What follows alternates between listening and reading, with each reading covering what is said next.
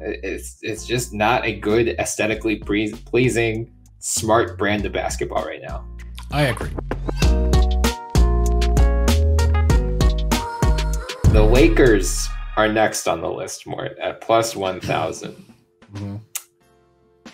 I don't feel the same way about the Lakers that I do about the Milwaukee Bucks. And I know they've had injuries. You know, LeBron has only played 7 of 17 games. They still haven't had anything from Trevor Ariza. He has yet to make his debut.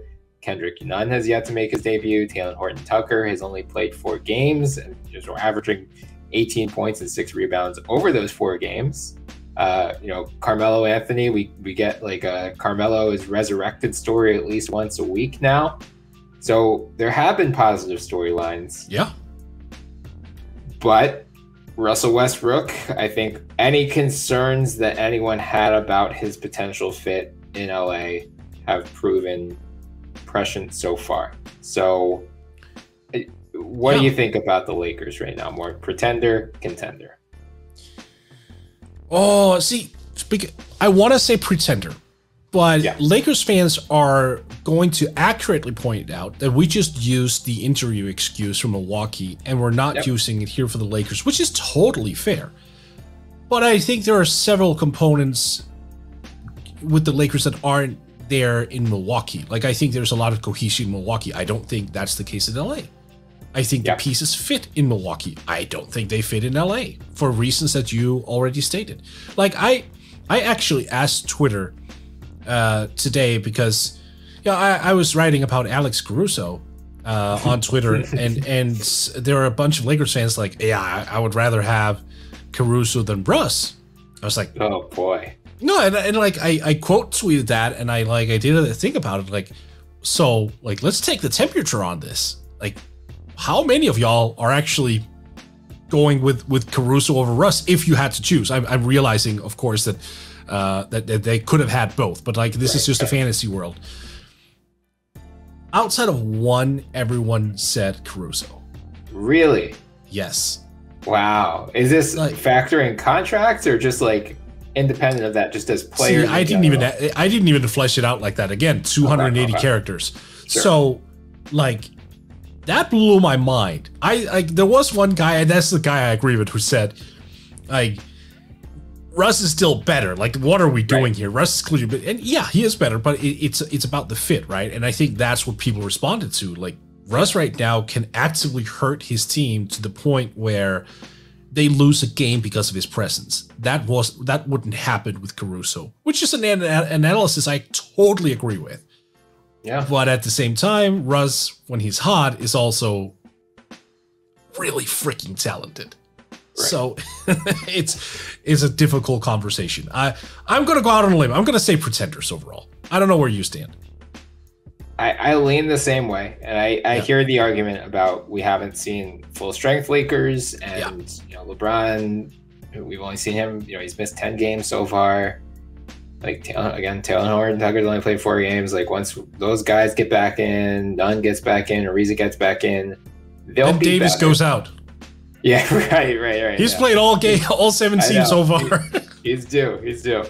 The Russ thing, I mean, even from what I'm seeing from Lakers fans, like our friend of the podcast, Anthony Irwin of Silver Screen and Roll, and Harrison Fagan of Silver Screen and Roll, and just, you know, following their tweets throughout games, and then just kind of some of the stuff they're retweeting, it just seems like Lakers fans are completely out on Russ already. And I can't say I blame them when he's, you know, he is the exact same player that he's been, where it's like he can average close to a triple-double, but he's going to shoot somewhere around 30% from the field. He's going to turn the ball over 5 times a game. He's not going to play great defense. He'll gamble for steals, but otherwise he's going to be out of position a lot. Like, I think the point about Caruso not losing because of him, I think it's fair. He won't win you as many games as Russ, but he won't lose you as many games as Russ. Yeah, I think that's the thing, the consistency, right? Yeah, and Eric Pincus of Bleacher Report had a piece about him recently where it's like, you know, they brought Russ in for this exact purpose. When LeBron gets hurt, it's like, okay, we still have Russ, we still have AD, we should be able to stay afloat. They didn't. So I think the piece was titled like, well, if he can't do that, then why is he here? Yeah. And it's a fair question, and given the opportunity cost, given all that they gave up, in Kuzma, Montrez, KCP, the pick, then not re-signing Caruso because they didn't want to go deeper into the tax. I think so far the early returns are not positive on the Lakers offseason and what it means for their championship upside. It's LeBron James. And sometimes it's as easy as that. LeBron James plus Anthony Davis, I'm never going to completely rule them out. But there's been nothing I've seen so far in these 17 games that makes me think, yeah, this team could win a title this year. Other than just maybe LeBron at age 37 has one more, absolutely absurd postseason at him, because I think that's basically the only hope. Or Anthony Davis has a shooting, a hot shooting streak like he did in the bubble. All right, we need to talk about Anthony Davis, but before we do, just one final note. Just one final note on Russ. Yeah. When you say stuff like that, what you just said in terms of, it isn't working out. Look at what they gave up. We've been saying that after every trade since he got traded off the OKC Thunder. And I will point out, we said this about him with the Wizards last year. And the first half of the season, he was abysmal and he was costing the games. Yeah. And then he got integrated well into the team and actually helped them surge into the playoffs in the second half. So it's possible that as the season goes on, Russ finds his way next to LeBron and AD and starts playing better, starts playing more in control, and that will help. So that's, the top end talent is why I don't want to rule them out entirely, but it's just first round exit though. I mean, the only reason I hesitate is because the rest of the West isn't inspiring that much confidence. No, I meant last year. I mean, oh yeah. I mean, what I'm saying is they are not. I mean, the presence of Russ teams, they're not going far in the playoffs. He made the finals once, but he was super young. He had KD, he had James Harden. I mean, who were all also super young. Serge Ibaka. It was weird, man. And now, ever since when was it? 2012. So that's 9 years ago. Mm-hmm. And it'll be 10 next summer. He's never made it back to the finals. Yeah. I mean, since KD left, I think he's won one playoff series, right? Oh, God.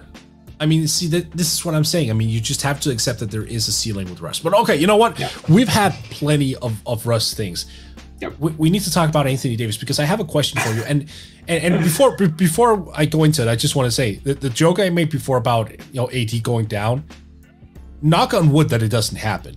We are laughing because it's something that happens all the time and it's anticipated, but we're also laughing a little bit out of misery because what he's doing right now, playing in all games, that's objectively great. That is something we want to see. We want to see a healthy AD for 82 games because that's good. This league is better when good players are healthy. But I do have a question for you here. And I also posted this on Twitter the other day. When is the right time to talk about the fact that AD has not looked like himself since he was in the bubble or the 2017-2018 season? He has not reached that level since. Last year, obviously, injuries and whatnot. But even this year as well, when he's been healthy, I realize he's been having nagging injuries. I'm not taking that away, but I just look at what he did in New Orleans in 17-18, where he asserted his dominance every single time. And he did it in the playoffs, in the bubble as well. Where is that? Why haven't we seen it for the greater period of the 2 years as he's been with the Lakers? 3 years now, sorry.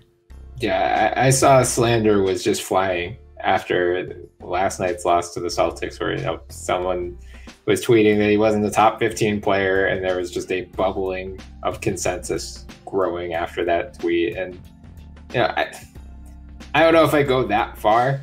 I think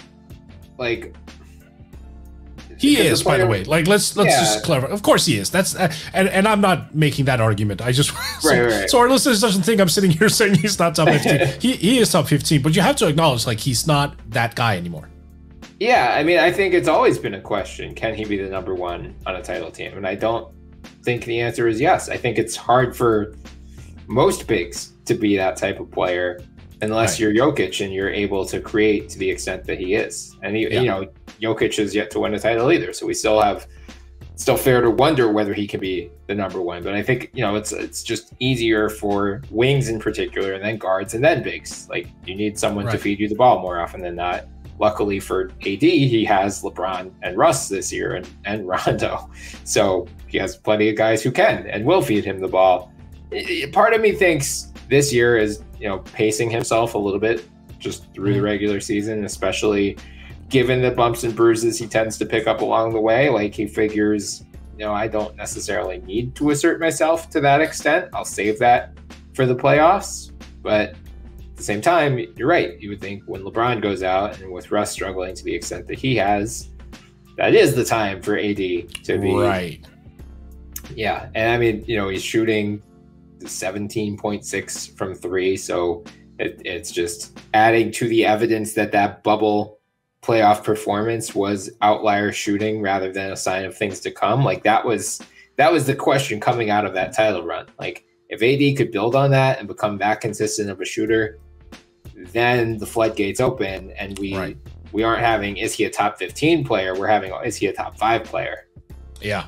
That hasn't come, so we are not having that conversation. And I think, you know, again, like, we'll see what happens when all the other guys come back and get work back into the fold. But I think Lakers fans overall are pretty down on this team, and I can't say I blame them right now. They're just not fun to watch too. Like, it's just not a good, aesthetically pleasing, smart brand of basketball right now. I agree. And that's in part because LeBron isn't there, but that's kind of the thing though with Davis, because you would think that by now, this is his 10th year, that he reached that point, right? I mean, he grew up as a point guard in Chicago and then grew to 6'10". Like, the vision is there. He can even dribble the ball up the court and initiate plays. Like, he's a super willing passer. He's a good passer too. There's so much talent just oozing off of him, but it seems like he's just only digging into it and grabbing like 80% of it. And this just seemed consistent. And like, some of the games that he's played this year, I feel like he's checked out by the middle of the second quarter, and he just goes through the motions, and then he's like, oh yeah, I have to look like I'm engaged. So here, I'm gonna set a screen and I'm gonna pop for a 17-foot jump shot. Oh, that rimmed out. That's fine. I don't know. I'm not bashing a guy who's averaging 24 points and 10.5 boards. Like, that's still super productive, but this is a guy who, off of talent and understanding of the game, his prime years, everything, who could have been averaging 30 and 14. And I'm not saying it all comes down to stats, mind you. It's just a way of describing that I think he could assert himself more. I think he could be more dominant than what he is. I think you said it well. When LeBron went down and you could see that Russ really couldn't lead this team, that's when you need his ass. That's when you kind of need AD to go like prime AD and say, all right, guys, I got this. I can take over. I can go out over the next couple of games, average 35 and 17, and I can keep our heads above water until LeBron comes back. But he didn't. And I'm wondering why. And if it's a pacing issue, fine. I'll accept that, actually. Like, that's a freaking good argument. If he just kind of says, I've been prone to injuries, I'm just gonna kick it until we're like in early April, and then I'm gonna ramp it up. All right, cool. No skin off my nose. As long as he ramps it up then.